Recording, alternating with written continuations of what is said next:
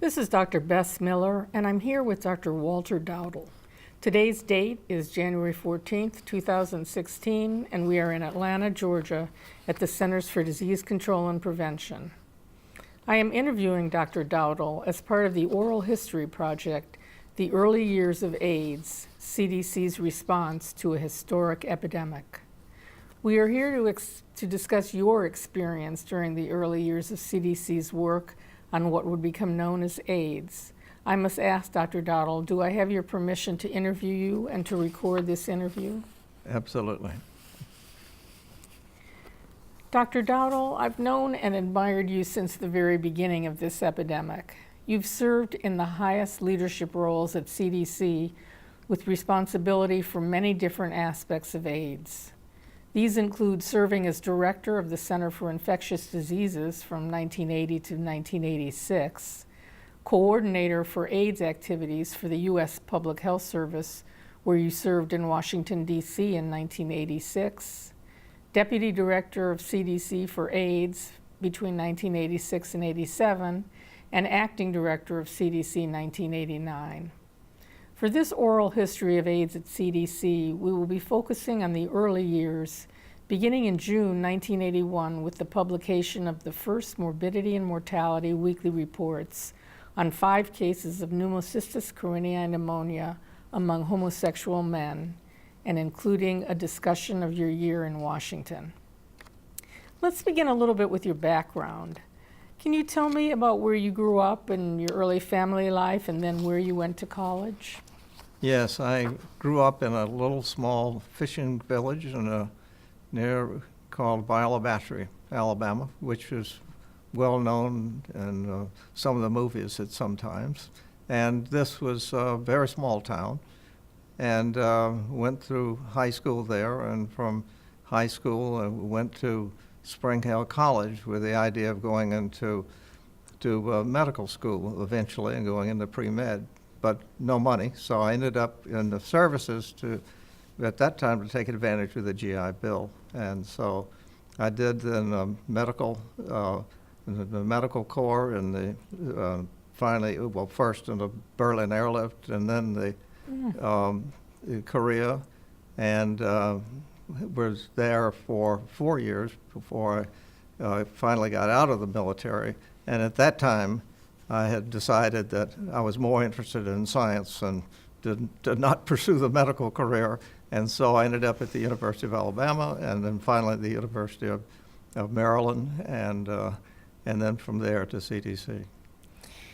How did you get interested in public health, or did you before you came to CDC? Well, my stint in the last year, I was a corpsman in Korea, but the last year of my military time, I was in California at an Air Force base, and I was in charge of a large outpatient clinic. And there I decided that science was more interesting, to be honest with you. And so it was a wonderful experience, but somehow I just gradually sort of evolved into more of the scientific thinking rather than the clinical thinking. Had I had the right mentors and known what options would have been available, then I think I may have continued on with the pure medical studies. But that's why it's so important to have the right mentors and really knowing what's available for you out there. So you went to graduate school, and your area of expertise was? In microbiology. Mm-hmm. Chemistry and microbiology. So then how did you get to CDC? Well, that again is a fairly long story, but back in those days, fluorescent antibody was a big deal, and that was the hottest thing. And I did studies with that at the University of Alabama, and we had this other fellow graduate student and myself had developed a process for fluorescein isothiocyanate, and because we had so much, and it made us very attractive to other schools, and so we were actually given a grant. I was actually given a grant from the University of Maryland for a project with the armed services at the time. So I didn't have too much of a problem finding a place to go. I already had everything with me, and so I was and just was actually recruited by several places. Mm-hmm. Pure luck. What was the atmosphere? Let's see.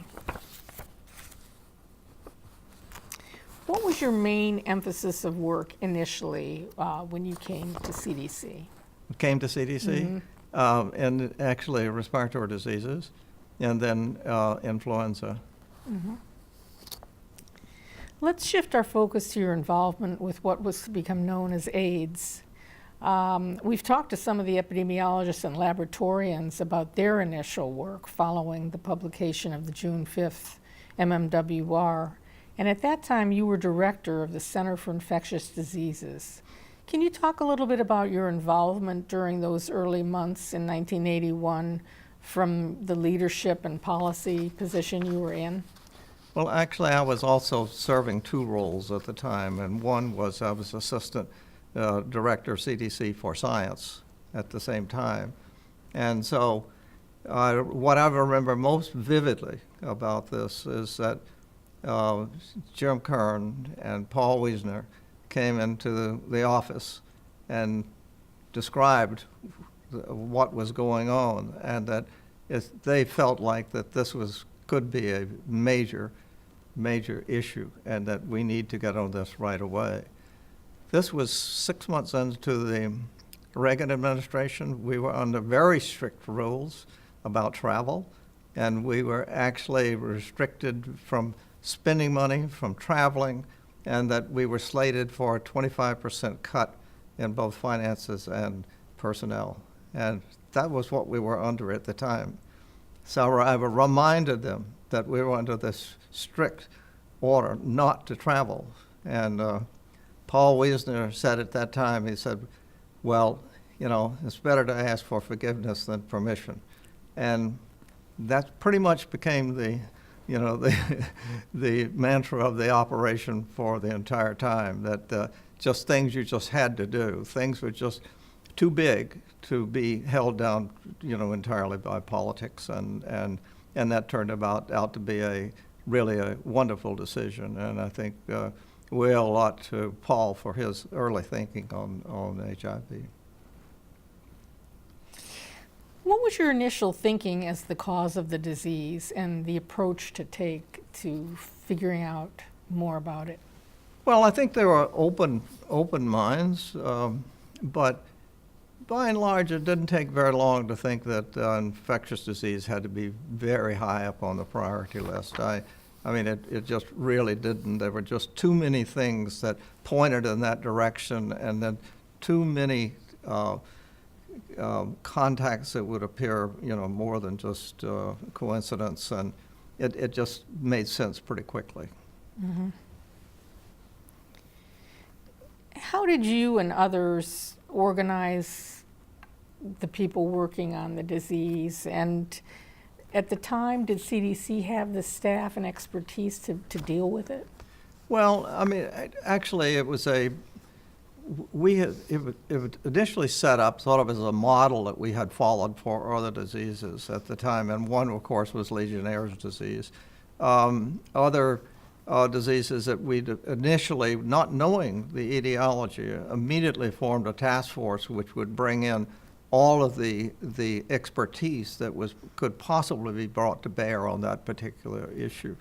And this would mean that you brought in toxicologists, you brought in the infectious disease people, you brought in the appropriate epidemiology people, and so on.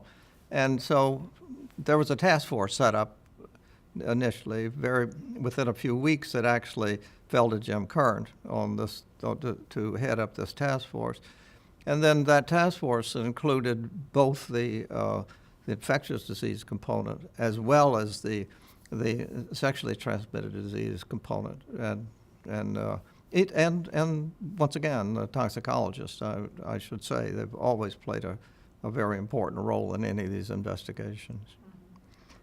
As to whether we had the resources, the answer was absolutely not. But you have to make room to do what you have to do, and you have to actually start setting priorities very quickly if you're going to move to that, which appears to be a major public health issue.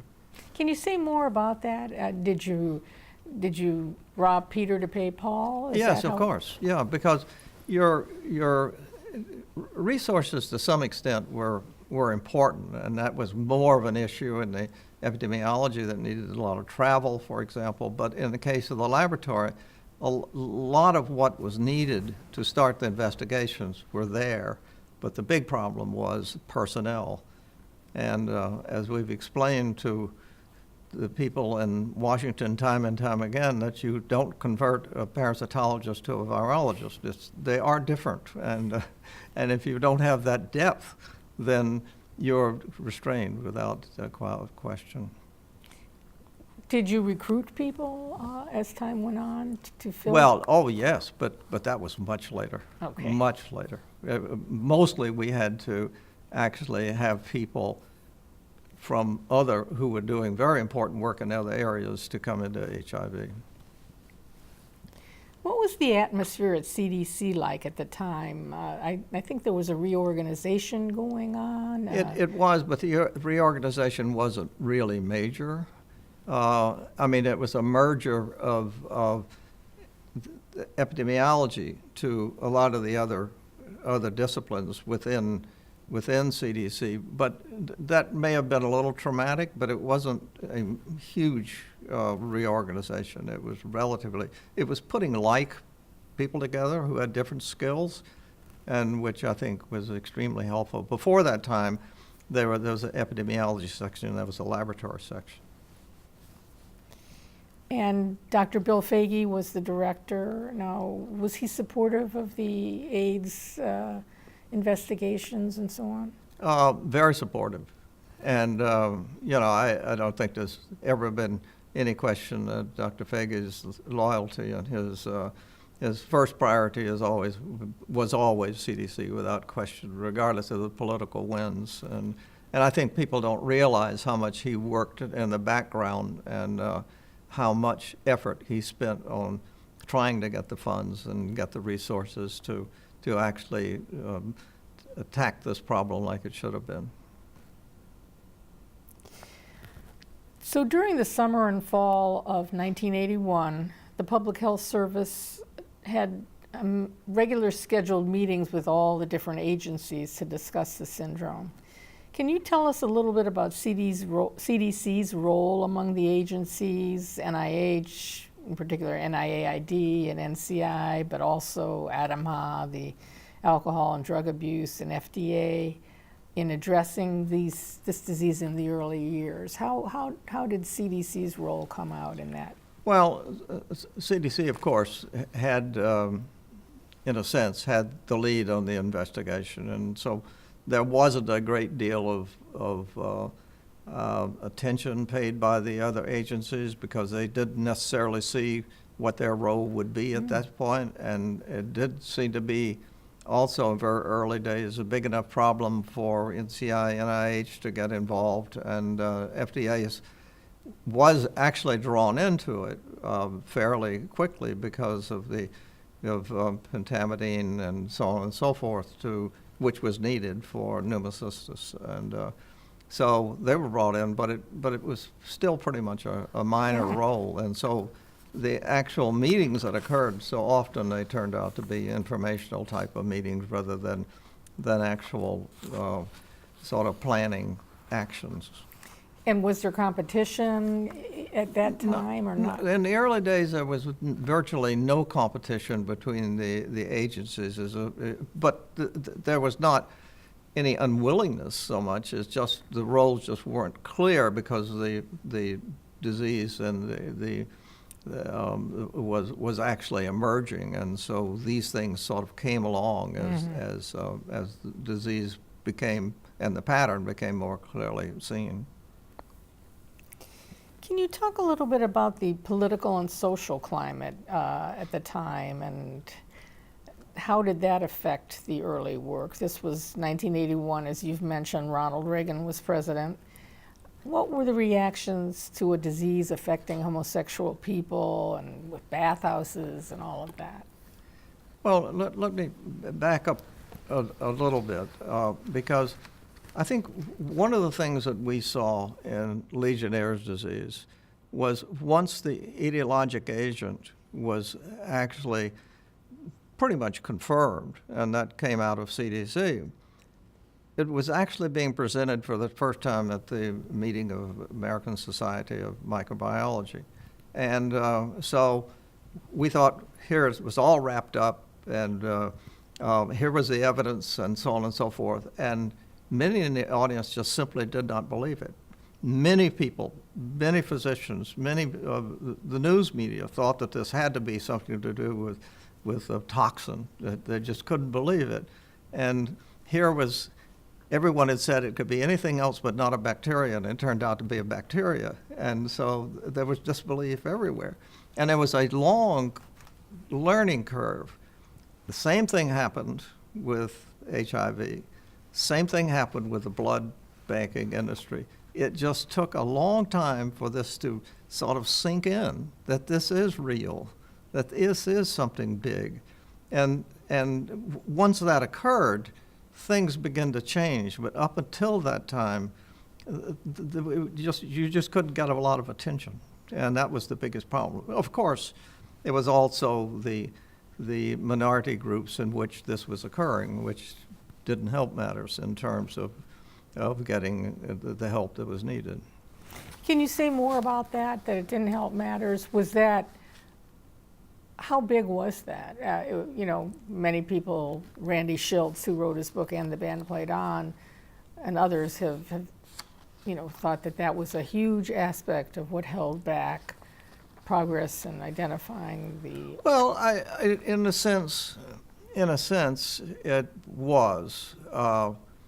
But in another sense, I think it's far more complex than to just blame it entirely on the fact that it occurred in certain high-risk groups. I mean, it was much more complex than that. I mean, there was culture involved, there was political sort of attitudes involved, there was religion involved, there was everything in this that was involved. It was very complex, and it's hard to really point out that there was a particular bad guy in all of this or a bad group in all of this. That's hard to do. I think it just, you have to think about these things for a while, and it just doesn't happen overnight. And it also didn't help that it was about a year there that pretty much in the early days, because it continued to occur in the gay community, that the newspapers simply didn't pick it up. I mean, it was a long time there before you practically got nothing in the press. Why was that? And that was in, I'd say about 83 until the virus was discovered. Then you got a lot more press. Why do you think that was? Because it still, at that point, it still seemed to be a problem in the gay community, and it still seemed to be a problem in smaller groups, and it certainly with drug-abusing individuals, and then with also the Haitians, if you remember at that time when that got to be actually a part of the description of the epidemic, and it was not in the general public. It was not in what they saw as the big supporters or the majority of the people. It didn't occur in people that you would be running across every day. And so there was just not that connection. And two things happened, I think. One is that when it got into the blood community and was finally acknowledged to be in the blood community, once they finally realized this, then that, of course, got people's attention. But the one that really got people's attention was, of course, Rock Hudson, which sort of changed everything at that time. So Rock Hudson, the movie star, in 1985, dies of AIDS, and right. And so it's in America's favorite son. Yeah. So Rock Hudson had been a friend of a number of people who were Hollywood friends of the people who were friends with Reagan and so on and so forth. And so he was finally somebody they knew. Mm. And so that then brought a lot of attention to the. Don Barrett, who used to be the officer here at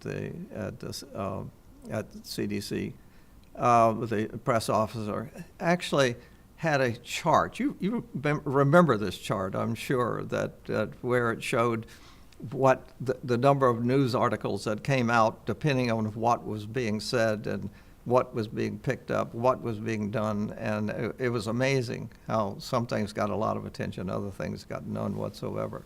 Mm-hmm. Did you have a lot of interactions with the media in the early period? Yeah, but I tried to make this as little as possible because almost everything I said,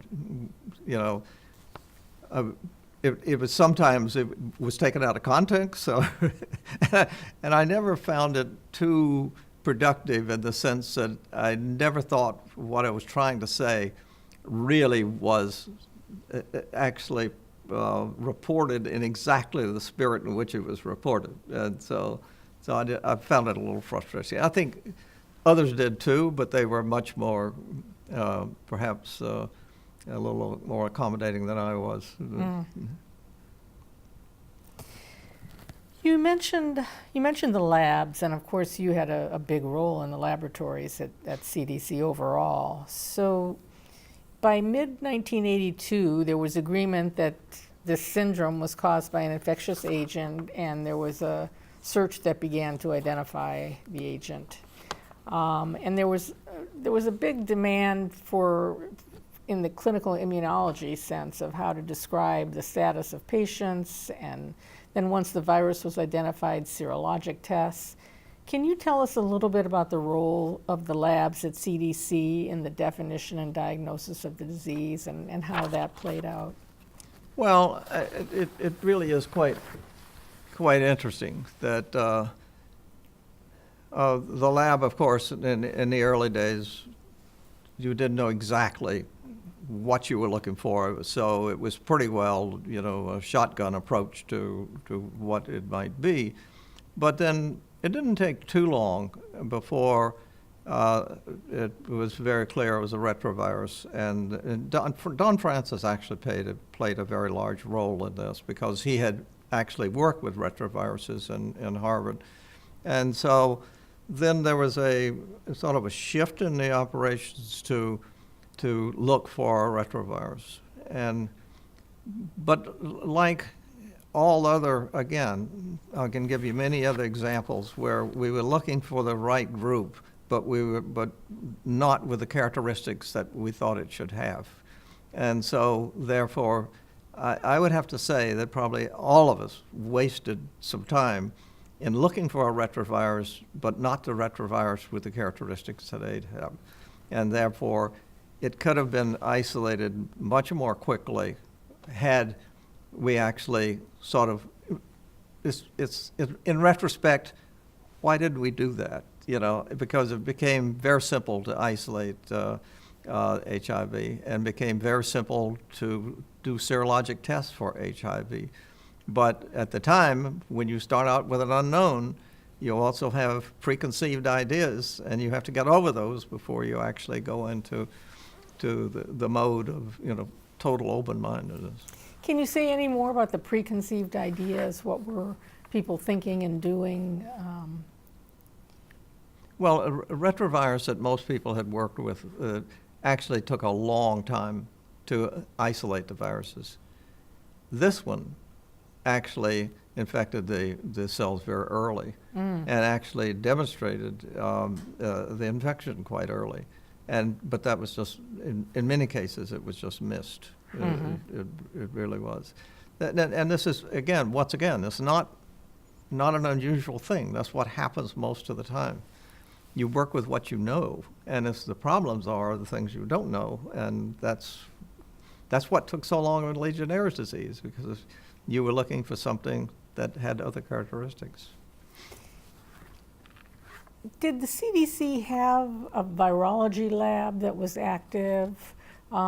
Did you feel like you had the people that you needed in that sense, or was CDC actually heavily involved in trying to identify the virus, or more towards the immunology that was needed, or the serology?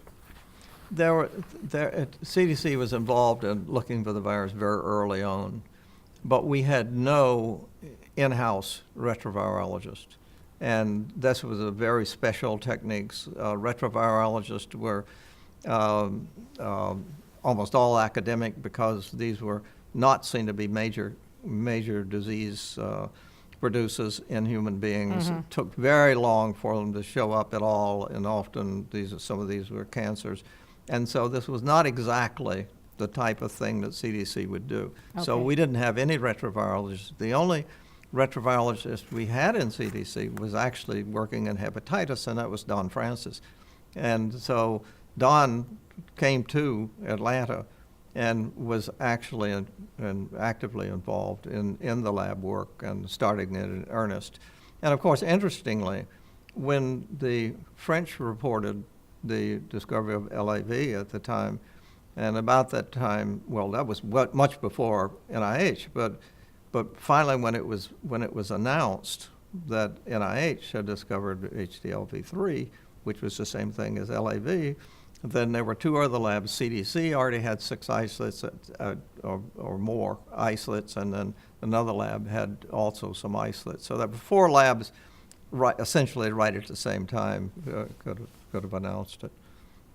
And it was all published, but Bob Gallo had actually more data at the time.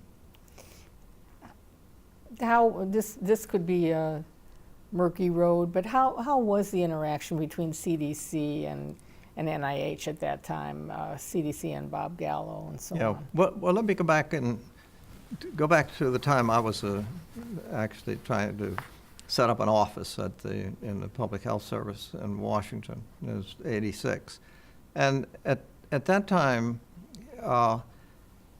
there were a number of things going on. But one of the things that were going on was this actual debate that was going back and forth in the whole, not only the field of virology, but got into the international level, where the French and the Americans, in this case Gallo, were both claiming that they had discovered the virus. And I mean, it was just like a soap opera, just one thing after another. And it was never quite clear to me why the U.S. went to such pains to try to establish, ownership of the discovery, and cut out the French entirely. I never have understood why that happened. Now, I could understand it at an individual level, but this was happening at a governmental level. And in fact, one of my jobs when I first got up there was to actually participate in this movement, if you will, to get it established as a U.S. virus. And U.S. had all the patent rights and all this, although patent rights weren't really such a major deal, but because others would have to use it. But anyway, it certainly was a concern to individuals that this be done. At the highest levels then? So when I went to the first meeting, and I said, well, I didn't know why we were doing this. This was a very high-level meeting. I said I didn't know why we were doing this. The French had established claims for this well in advance of the Americans, and I said, why are we doing this? And I never got invited back to that meeting ever again. And that went on. Lawyers were involved, and finally, I guess it was about that time, or later on in that year, that they finally had I think the people who signed the agreement was at a very high level of the government. I think it was Chirac, and it was extremely high, that said, okay, they're co-discoverers. But it took years to finally sort that out totally. And as you know, the French won the Nobel Prize for discovering the virus later on. And I never understood it, never understood it. But to answer your question, at the level, at my level, when I was at CDC working with influenza and working with other respiratory viruses, that I had a very good relation with FDA, had a very good relation with NIH, particularly NIH. All of these were, I mean, it was just fun working together, really a lot of fun. But then as I got into Washington, it didn't quite work out so well at the top level as it did at the working level. And I used to say that even when I was there, I'd go out to NIH just to, get a fix on reality, because here were people I could really feel comfortable with and talk with. So I'd say, I have the greatest respect for our fellow agencies at the time, but that also there were personalities in some of the agencies which didn't make life so interesting or so much fun. Mm-hmm. So let's go to '86, where you were asked to be coordinator for AIDS activities for the U.S. Public Health Service and assigned to Washington, D.C. So at that time, just to set the stage, the actor Rock Hudson had died of AIDS. In a New York Times article, Tony Fauci, the director of NIAID, estimated that 1 million Americans were infected with the AIDS virus. That year, at President Reagan's request, Surgeon General Koop issued the Surgeon General's report on AIDS. Dr. Margaret Heckler was Secretary of Health. And then published the next year, in 1987, Randy Schultz, a journalist, published And the Band Played On, emphasizing that the U.S. government indifference and lack of funding for a disease that affected homosexuals. So what an amazing time to have been in Washington, and you were there. Can you tell us a little bit more about that experience, what you did and who you interacted with? Well, when I first arrived, and I had an office which was 2 doors down from Koop, and from Dr. Koop, and he used to complain that as Surgeon General, the only thing the administration would let him do is talk to third graders. I mean, I am quoting him directly. This is exactly what he said.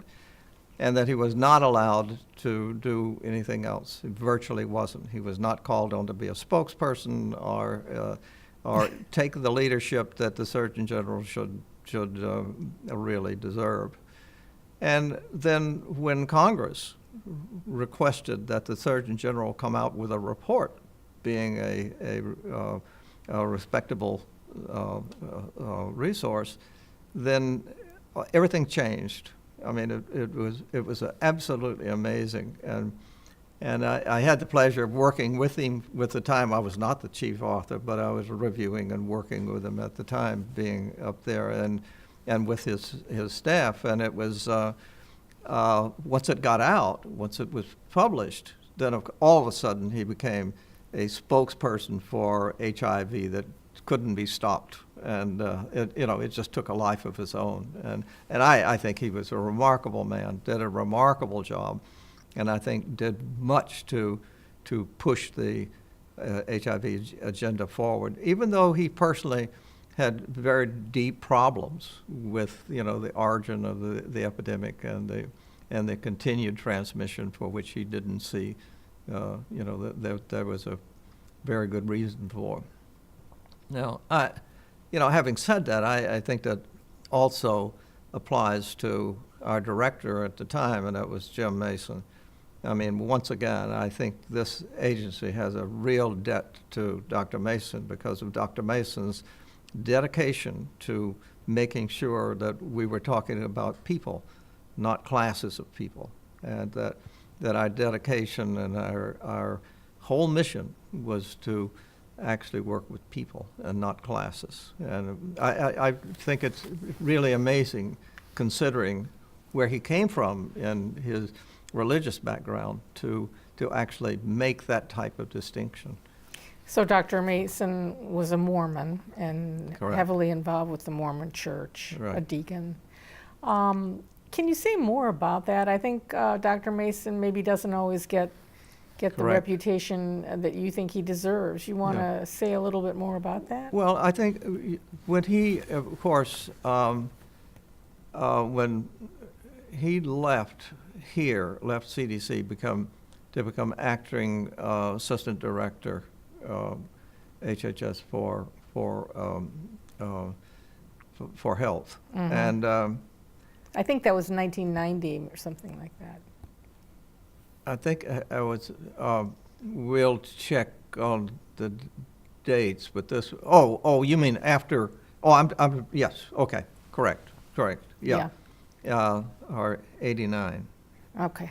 Yeah. It was Yeah. about 89. He became acting Okay. assistant director. That's what it was. But the whole point was that this actual sort of image of the administration and the image of the medical community were so different. The gulf was so wide, and I think Jim really did a yeoman's job in just focusing on that constantly.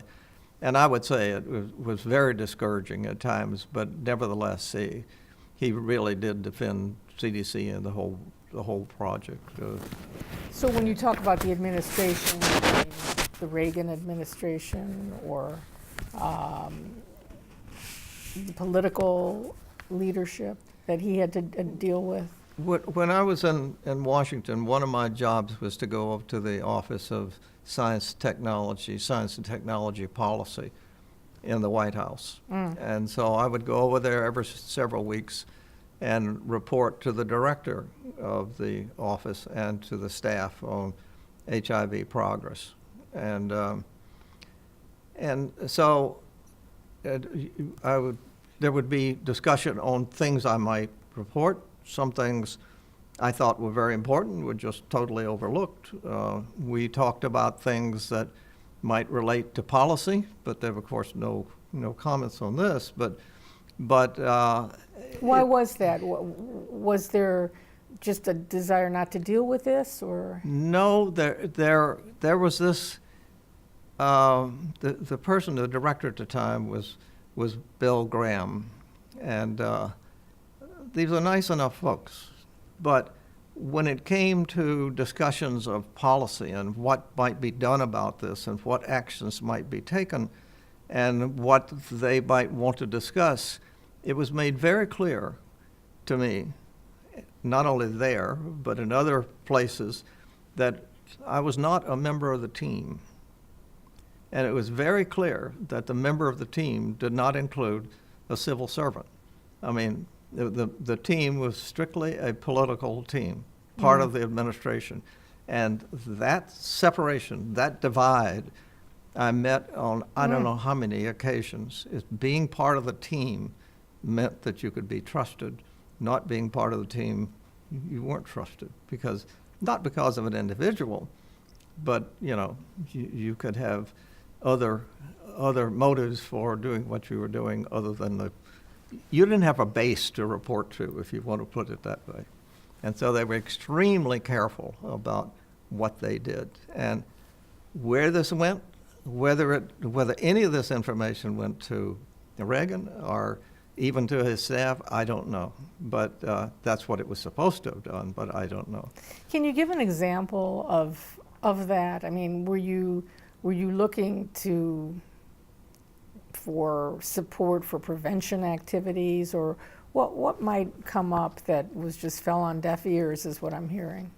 Well, you never know. You've got a few layers to go through. When once again, I'm on so many different, I don't want to get you off on so many different things here, but let me just go ahead a little bit, and that is that sort of very tightly held team and highly sort of controlled environment in which these discussions were made were typical of that administration. Okay. That's the reason why I'm saying this, because it's not necessarily a particular party. Okay. Because when George Bush Sr. became president, and that was in 1989. And when he became president, everything changed. Immediately, everything changed. He was very open. He wanted the civil servants to be part of the team. Okay. It was a much different environment.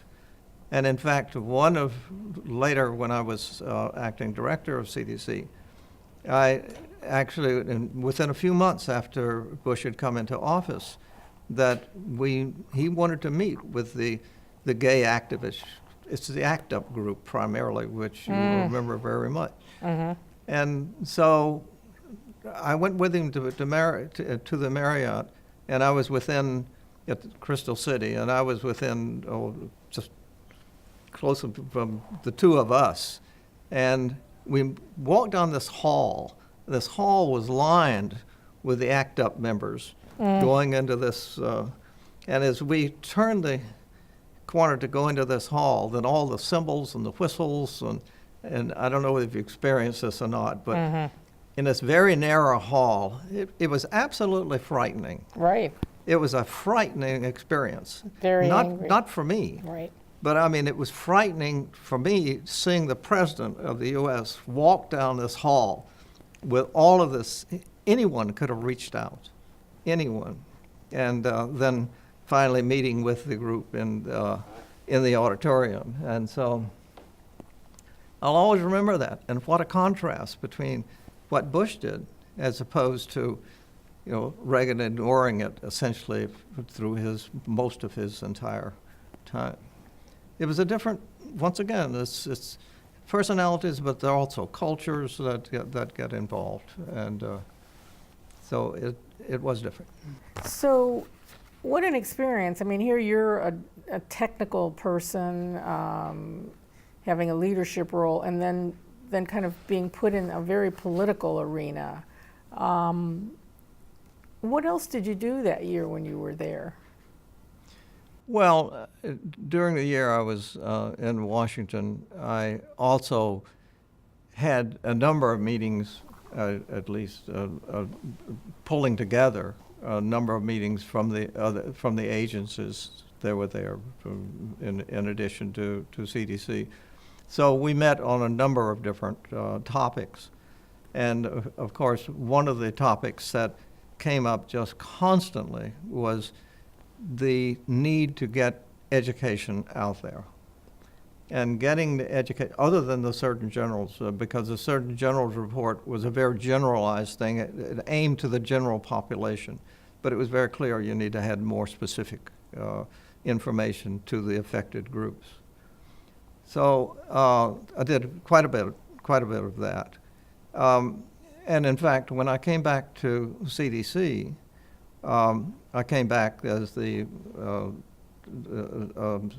deputy director for AIDS, and the first thing I did was I came back late in the year, and the first thing I did was to sit down with Jim Bloom and myself. Actually worked over the Christmas holidays and every day, and actually drawing up a plan that would actually specifically target the individual groups. Jim Bloom being?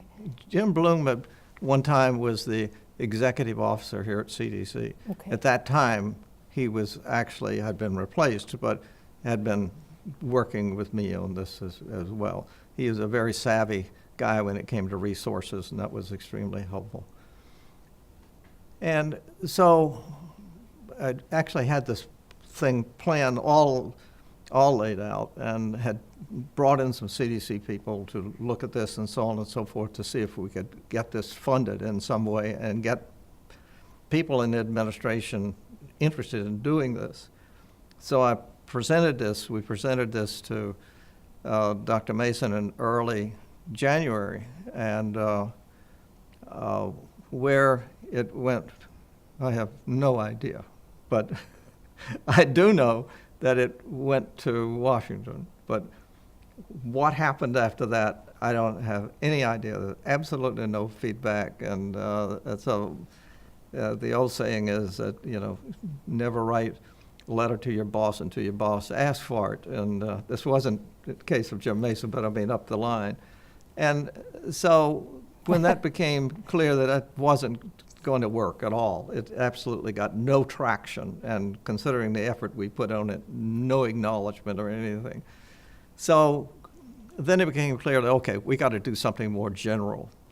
And so then I happened to be talking to Paula Van Ness, who was a coordinator of one of the AIDS education group, the service group in Los Angeles. And I was so impressed with what they were doing, I said, well, come on, join us. And so she came to CDC, and we were going to do a more general approach to this whole thing. Meaning what by more general? I didn't know about this. What? This was to get PSAs, public service announcements, TV ads, and brochures, all aimed at, whatever we could get out. And so she brought in a couple of in fact, extremely brilliant, very intelligent, very imaginative people from the Hollywood scene. And it was one of the most incredible experiences I've ever had. These people had no concept of government regulations, of how to purchase anything, how to do a contract or anything, and they didn't care. Right. And it drove people around CDC crazy. They kept telling me, fire those people, fire those. And so I refused to fire those people. And then we then connected with a public relations firm. It's really a advertising agency, Ogilvy and Mather, who were also very, very good. And they appointed the right people to do this. And so the whole idea was to get out these PSAs, and the PSAs would then be aired using free public time. Now, was this America Response to AIDS? And this turned out to be, very shortly, America Response to AIDS, that's fabulous. And so from this start, with these people who were just total misfits, and from the start, what is 150-something PSAs, and I forget the exact number, but the numbers were huge. And of course, it came out with the response to AIDS, which was mailed out to every person in the country. All came out of that. Now that was later. I was in another job when that finally came out. But was there an education unit at CDC then that worked on it? Sorry? A CDC education unit that worked on it as well? Well, yeah, but this was the group that, we drew from everywhere. There were a lot of people who came from the education, but the education group we had here was a little different. It was health education, But we actually stole from these people and from other people, and that's very exciting. Really very exciting, really a lot of fun. But I don't know how many PSAs ended up on the cutting room floor. I mean, the actual number that got passed by the administration, it had to be done here. It has to get past me and several others. It had to get past, at that time was Jim Mason. It had to get past the assistant secretary. Then it had to get past the secretary. Before it was Margaret Heckler still, I think. Yeah, who had to pass final word as to whether it got done. And as you recall, trying to actually sell the use of condoms by describing how to put on socks, is... I don't remember that. When you couldn't use the word, and there was no way to do it except for that. That was the cleverest thing that I remember, the whole thing. It really... And so it was extremely successful. All of the people who were doing this by about, I think there's one or two left who was here at CDC, but all of the others, after getting that done, after getting out the brochure, they gradually went to more imaginative jobs, Uh-huh. But it was really important and really very exciting. But we And got a big role that CDC played that I don't know that we take pride in or credit for. That was a very big deal. Yeah, and it was. And by the way, I have a copy here of the Art of Reunion, which was 15 years later, and we might want that for the archives or something. They would, I'm sure. I can, do that. But to make a long story short, we got in trouble constantly for the ads. Most never got out, but even some that did. Most that did, it was so innocuous. So, but everybody knew about AIDS. Uh-huh. And then, of course, in 1997, I think it was, the Wall Street Journal published a big article that said that we had deliberately, sort of aimed this towards the general public instead of the groups that needed this information. Well, I mean, it's the only thing we could do, but we kept saying, okay, we'll use this general information to actually serve as a platform when then we can go and provide the educational programs to those who really could benefit most. I mean, that was the whole justification for doing it, but I think it was extremely successful. And a clever way to get something out. Yeah. So that I remember with a great deal of respect for the people who actually were smart enough to do this type of work. Yeah. Well, I wanted to, this goes back a little bit, but in terms of decisions made and prevention recommendations made, I wonder if we could just, before we end, discuss briefly the transfusion-related AIDS cases and sort of the famous blood bank meeting taking place in January of '83, when CDC hosted a national conference to determine blood bank policy regarding screening out individuals at high risk for AIDS from blood donors. And there were recommendations, but perhaps not as strong as many felt. And then, of course, there were many cases of AIDS among transfusion and blood plasma products. And it would be 2 years before definitive action was taken when, in January of '85, the provisional PHS recommendations were to screen for antibodies, since they were now available. So with the luxury of 35 years of hindsight, could we have responded differently? What was your thinking at the time, and what is it now? Yeah, in regard to the blood banking